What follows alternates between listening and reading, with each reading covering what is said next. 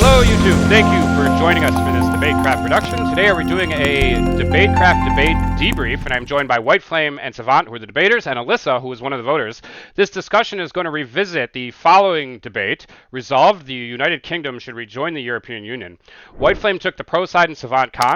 I'm excited for us to explore the positions of the debaters, how they approach this topic, what their arguments were, and how they think they fared in the debate, as well as talk to a voter on the debate to get another perspective on exactly how the debaters ultimately did in the view of someone judging debate. So I'm excited to hear Alyssa's point of view as the voter, and of course I want to hear exactly how Whiteflame and Savant, the actual debaters, approach this. So let's get started. Whiteflame, thank you for joining us today. How are you doing? I'm doing well. How are you? I am good. Thank you so much. And again, thank you for joining us. I'm excited for this conversation, this DebateCraft debate debrief. I'm excited to hear from everyone. You were pro in this debate, meaning you took the side arguing that the United Kingdom should rejoin the EU. Can you give us a quick synopsis of how you decided to approach this topic? This is a topic I haven't spent a lot of time researching before this, so it was really cool to dig down into it and understand the topic in more detail. The main thing that I was focused on when it came to doing this was kind of understanding how markets had shifted, particularly with regards to England versus the rest of the countries in the European Union, and understanding how that difference has affected them in the time since they left the European Union. So a lot of it was really breaking down the changes to commerce between the member states of the European Union and England, and then also understanding the various more I don't want to say subtle ways, more diverse ways in which they're affected, like their degree of influence on world markets, their degree of security and funding for security, and also the effect of travel within the European Union and how that affects things like labor rights and people's access to basic jobs as they would have in other member nations of the European Union. So, mainly, my goal was to see those differences, try and parse out what that looked like in terms of harms to England and to the European Union, and try and quantify what that meant. Excellent. Okay, so I'm excited to ask you about what specific arguments you made to that goal, as you said, to how you approach the topic, and it'll be interesting to get some specifics. Before then, though, let's talk to Savant. Savant, you were the con side of this, meaning Yeah. your position was that the UK should not rejoin the EU. And just like I asked White Flame a moment ago, what was your general approach in going into this debate? Okay, well, as you know, the sides are randomly assigned. I probably came into this and still after the debate, am like more agreeing with White Flame's side on this. So I didn't have a super strong strategy going in because I was arguing for a side that I like actually disagreed with. So my approach was usually what I would do in the past was I try to like sort of game out the thing from the start and anticipate all the responses from the other side. This one I didn't really do that. I was for the first round I kind of didn't plan anything until I saw White Flame's argument. And I saw there were a lot of studies. I took a look at the studies. It looked like there was some solid stuff, so I didn't want to be fighting with that the whole time. So my goal is just to reframe it, basically. I specifically chose a framework that was like not contradicting the one White Flame brought up because I kind of really needed it to go my way. And then I just tried to go find things that ways that the UK benefited. Like if I had to cherry pick, I would do that, and then just try and scale those up to long term benefits in the future because I thought that would give me more of a head start at the beginning. I didn't really worry as much about how they would be responded to. I just kind of tried to throw stuff out there to match the volume of data and studies that White Flame was bringing in. So that's interesting, certainly, and I'm excited to again ask, what specifics there were. But you did touch on something, and that's that this was an ultra-rated debate. So I want to point out to the audience, Yeah. ultra-rated topics mean that when you accept an ultra-rated debate, the topic and the side you're going to take is random. So if you want to really test your debate skills, hop over to DebateCraft.com and choose an ultra-rated debate. You're really going to put yourself to the test because the developers and the moderators have spent a fair amount of time deciding on fair topics that you can do pro or con, and it really tests your debate ability. So, actually, on that topic, I want to say that was this the first Whiteflame? This to you? Was this your first ultra rated topic? No, this was not, but this was my first full debate under ultra-rated topics. I'd previously tried to set up a debate for the first round of this ultra-rated tournament that we're doing, and that unfortunately did not result in a complete debate. So this was the first time I really got to delve into a topic through this. Okay, Savant, I think you probably done other ones, but this was this Yeah. this was one of This your was first. the second round. White Flame and I both did the first round, but White Flame's opponent forfeited all the rounds. My first round was against Lemming. It was, or Leaning is his username now. And it was on replacing the Electoral College with a direct vote. And I argued for the Electoral College, which was, again, probably the side that I ended up disagreeing with in real life. That's interesting. Do you find that so it kind of is a shame, or I'll say it's a bummer to have to debate a topic on a side that you don't necessarily agree with, but you'd agree that it kind of hones your debate skills, right? Yeah, I think so. It was interesting to do it that way. Yeah. And with that one, I don't know, I might have picked a pretty abusive framework for the first ultra-rated debate I did to defend the Electoral College. Basically, I just had to go find a framework and brute force it to be on my side in that. But luckily, it didn't really get challenged. Fair enough. Certainly, that is a way to kind of push the debate in your favor, is playing the game a little bit. Alyssa, thank you so much for being here. How you doing? I'm doing great. How are you? I am excellent. Thank you for asking. So, I don't want to know your opinion on the debate per se, but you were a voter on this debate. You picked a side ultimately. We'll discuss exactly which side you picked. But I want you to just kind of give me a brief assessment of your view on the quality of this debate. Um, the quality of the debate overall was very good. I have a few issues in the way some of the arguments were presented and fleshed out, but the overall quality of the arguments being made were good and very well researched, very well planned out in terms of the ways in which the arguments were presented and the overall strategy the arguments were using to attempt to prove their side correct.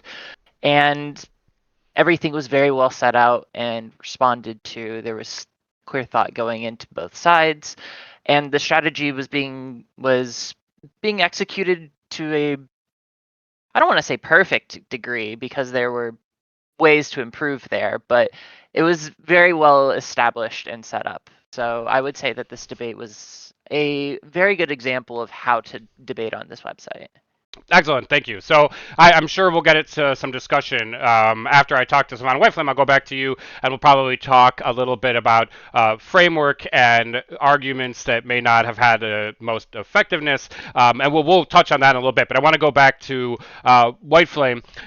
So I want to touch on the actual debate now. You don't have to. I don't want to know every single argument you made, but I want you to tell me, what do you feel like was the most effective and ultimately impactful argument that you made in favor of the UK rejoining the EU? I think, in large part, that comes down to just the straight up reductions to economic health of of England in particular, but of the whole EU in general. There was a lot of good sources on digging down into the effects on economic growth, the effects on GDP, and those studies are much more straight up in terms of here's the impact, here's something you could take away from this that has real weight to it. Thank you. I guess in that same vein, Savant, what do you think, if you could be very specific, was White Flame's most impactful argument, and how did you approach rebutting it? Yeah, I think White Flame's probably strongest argument was the depth of the data and the specificity of the data. So I realized that like when you have an argument, like trying to get really specific with the numbers and prove that things can be should be measured a specific way is pretty difficult. But of course, White Flame had a lot of numbers on his side. I think it's slightly easier to try and make the debate more complex and just argue that like there could be other numbers that override it, and then in that case, I only have to prove that these other numbers probably outweigh it. So that was kind of the strategy that I took, was to sort of just argue for long termism, which I basically had to go around a lot of the data that White Flame was using because I couldn't really rebut it directly at the same level of specificity. So I appreciate that, and if you could get more specific on it, were there obviously this became kind of a data-heavy argument? Was there one in Yeah. particular, Savant, that you feel like, well, White Flame pointed to that argument, and it was hard to really counter that in any way? Was there something specific? Yeah, I think the GDP and also sort of like specific numbers on cost of living and declines in economic growth, and then just even like going into the second round, like when I was bringing up sort of long-term stuff and White Flame was rebutting with specific numbers, which a lot of the time these were arguments that I like actually agreed with. So I kind of had to pivot to saying, well, long term, this is going to grow in a specific way. So it's more than sort of the specific numbers that can be measured here, because there were a lot of numbers. I guess I'll say like cost of living and GDP. Some of the broader measures that could be specifically measured were definitely some of the strongest pro arguments in this debate. White Flame, I don't want this to turn into you being self-aggrandizing, but would you kind of tend to agree with Savant's assessment there that there's certain arguments that you made that they're just factually there and there's nothing he could do to like refute them?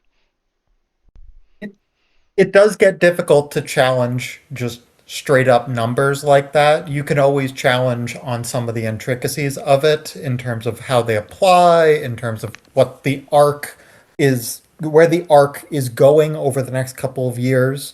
But it gets difficult to argue back this idea that there has been a drop and that drop can be at least partially recovered, which is really one of the main points I kept going for. So I get that he really did have to shift focus to manage to get around that. Thank you for that response. I imagine for this debate, especially for you, Savant, you said you ultimately that there was a challenge in arguing a side you didn't necessarily agree with. Ultimately, you agree with White Flame's assessment outside of the debate of being in favor of the UK rejoining the EU. Is that fair to say? Yeah, I think so. I think afterward, the tack I might take if I was going to support the other side, it would probably be from looking into like the different terms that the UK would be rejoining under, which is really something that I probably should have emphasized more in the first round. But because it was kind of conceded right off the gate, I was like, okay, I'll just bank that and then bring it up later to supplement my argument, maybe. But maybe looking more into that, that might have been a bigger deal than I thought going in. Yeah, and then certainly taking that approach of getting a broader view may have helped the side to kind of skew the just basic numbers that make that argument. And that's an important thing to say before asking Alyssa. Alyssa, you, of course, were the voter on this debate, one of three. And I don't want to provide what result you came up with. So I'll ask what your general view on the quality of the arguments this time, so not just on the debate itself, but the quality of arguments, and without being too specific, which side you ultimately landed on. The quality of the arguments were very intricately researched and structured. There were no glaring faults in the ways in any of the arguments were being presented. I think each argument had definite strengths going for it that outweighed the weaknesses that they may or may not have had depending on the argument. And both sides were setting up very clear frameworks and avenues in which they won. Ultimately, if picking a side just based on quality of arguments, I do end up leaning pro in this vote, but there were definite strengths to both sides. Both sides had a way in which they could have won this debate. I appreciate that. And reading through your vote, you're obviously very thorough. So, to summarize, what do you believe were the strongest arguments, and ultimately, what were those arguments strong enough to make you ultimately choose that pro won this debate? Sure. So, I think that there's a good, in order to really address a lot of the intricacies of the arguments, we kind of have to start at a framing level of the debate, where both sides are effectively trying to argue some sort of utilitarian calculus, i.e., make the number go up, and number going up is good. The areas in which they clashed that end up mattering pretty significantly is how much weight we want to provide short-term harms if they come at the cost of longer-term benefits. Obviously, pro is the one attempting to argue that we should care about the short term, as a lot of their arguments within the opening case, as well as in the further extensions in the later rounds, were very critical on the UK leaving the EU created a lot of economic as well as societal harms that rejoining the EU would have effectively solved. And I think the only way to actually correctly argue this, especially with the breadth of the evidence that was being presented by the pro side, is what Khan goes for, in that they want to say, okay, we see these short-term harms and stuff like that, but we're going to be creating a better result staying outside than rejoining. And so those increased benefits should be outweighing what is the short-term costs. And there's a fair amount of back and forth spent here, but a lot of it doesn't end up being fleshed out to a point where it's enough of a way to say I definitively favor one side over the other, especially because their arguments on a surface level are extremely similar. It's more deciding at this point who gets access to what side, whether someone gets access to short-term benefits or long-term impacts or both or neither. And the way in which I evaluate the framing debate is that I accept that pro is able to attempt to weigh the short-term harms against the long-term impacts in terms of which one should be more important. But pro is also at least making an attempt to link into accessing longer-term benefits by comparing the rates at which the UK is expected to grow if they rejoined, and comparing those longer-term numbers to the longer-term numbers being presented by Khan. The problem that ends up developing, especially later in the debate within the second and third round, that develops for Khan is that a lot of the short-term harms ultimately end up kind of going conceded. And aren't really necessarily directly addressed. Khan's arguments are essentially functioning as ways of saying we outweigh this, which is fair. But I think that the biggest opportunity that kind of gets missed here is that because all of the short-term harms get effectively conceded, and pro's way in solving for these short-term harms being rejoining kind of also goes conceded. And so these things are just kind of assumed to be solved under pro's framing. So if pro can at least say that there's enough doubt coming off of the Khan side of the debate that they might not be able to either outgrow or solve back for the short-term harms, then that's kind of where I end up having to vote. I think the way in which Khan could have addressed this would have just simply been challenging the nature of the rejoining plan, because as pro lays out in their case, the UK has to make a couple of key concessions to be able to rejoin in the first place. And so what those concessions might do in terms of changing the timetables on a lot of the arguments that pro is going for would mean that maybe they don't even solve for their short-term harms. But ultimately, that's an avenue that doesn't really get addressed. And so once I have my idea of how the framing debate is supposed to be resolved, I can kind of go into the more contention level offense and dive into all of the numbers and fun, crunchy stuff. What ultimately ends up mattering here the most is because most of the harms that are have been a result of the UK leaving the European Union have kind of gone unaddressed. I have to look to what offense Khan is being able to keep bringing up and establish and firmly winning on. And I think that the only real clear offense that Khan is being able to extend off is there's going to be lots of avenue for the UK to grow in terms of its industries, and specifically AI was a big one that was brought up, and that the financial growth that these investments would make would outweigh the penalties and harms that are being extended off from Pro's case.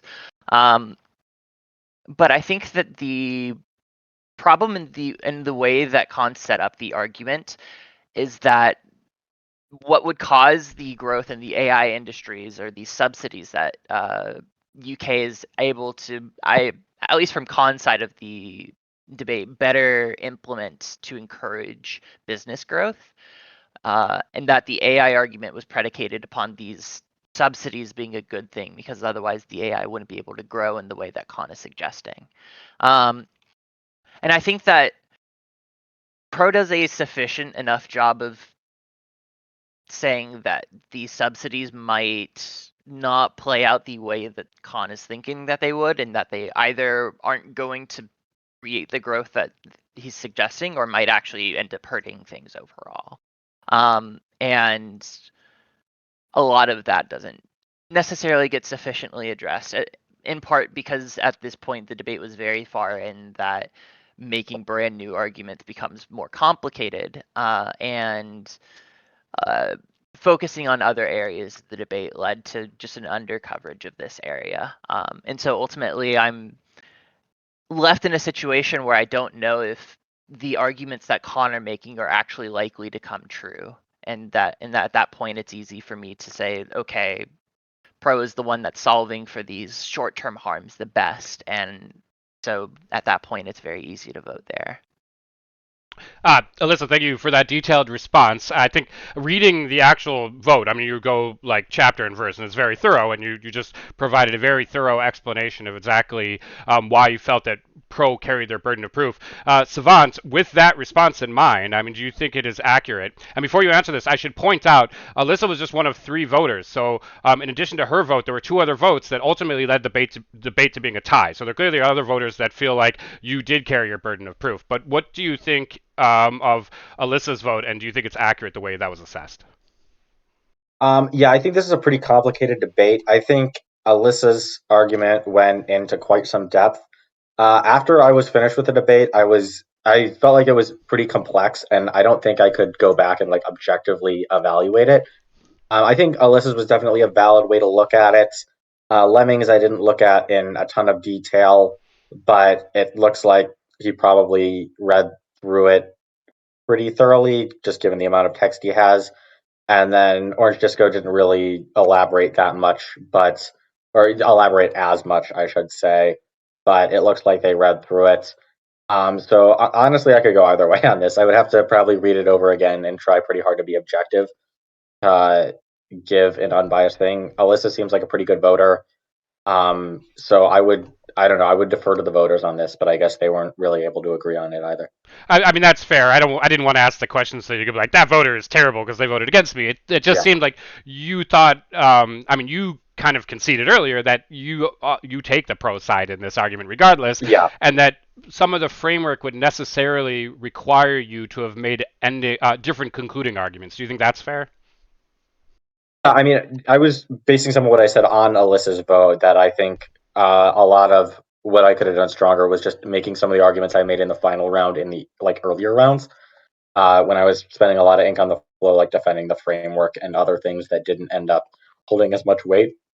The human trafficking thing, I think I kind of agreed that it was hard to quantify that against other things, but of course, I don't want to be the side that's just kind of ignoring human trafficking and the other side is solving it. So I have to go and try to address that.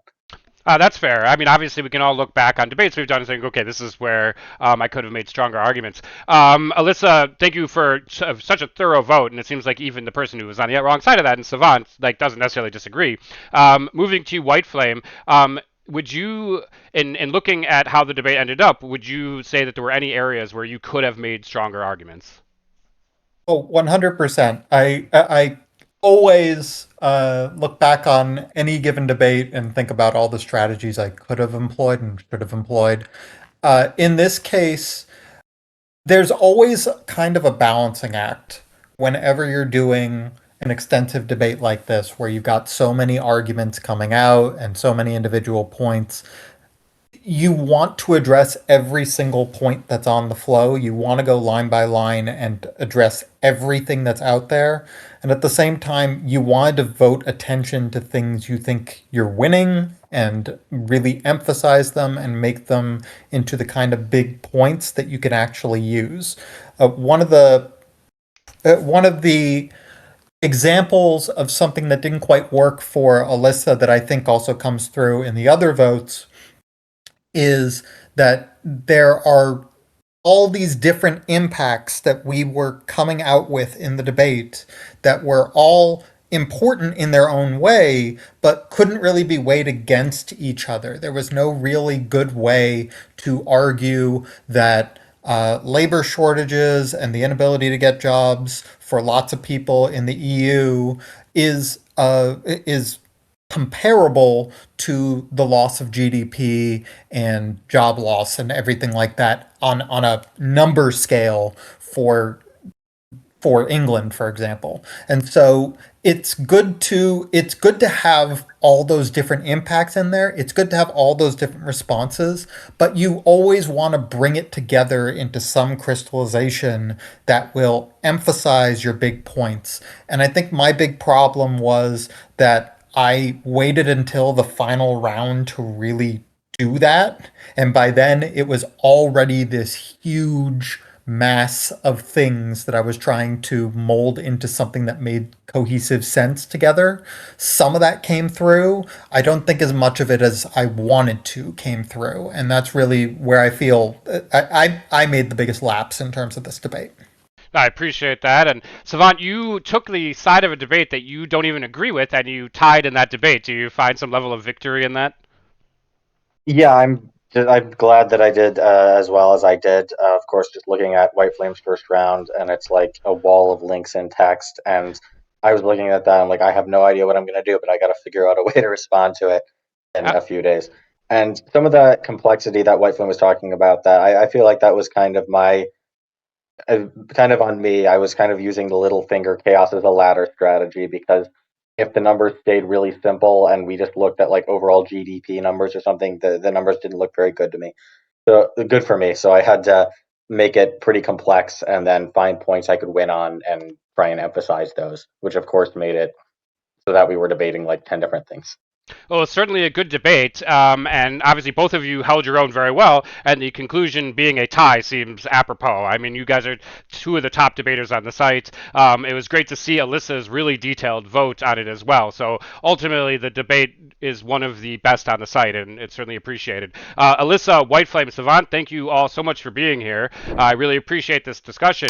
All of our listeners and viewers, please join DebateCraft.com. You've heard a DebateCraft debate debrief of an ultra-rated debate. Ultra-rated debates allow you to join a debate without knowing the topic and without knowing the side you're going to be on. So they really put your debate skills to the test. Join DebateCraft today. Thank you so much for listening. Have a wonderful day.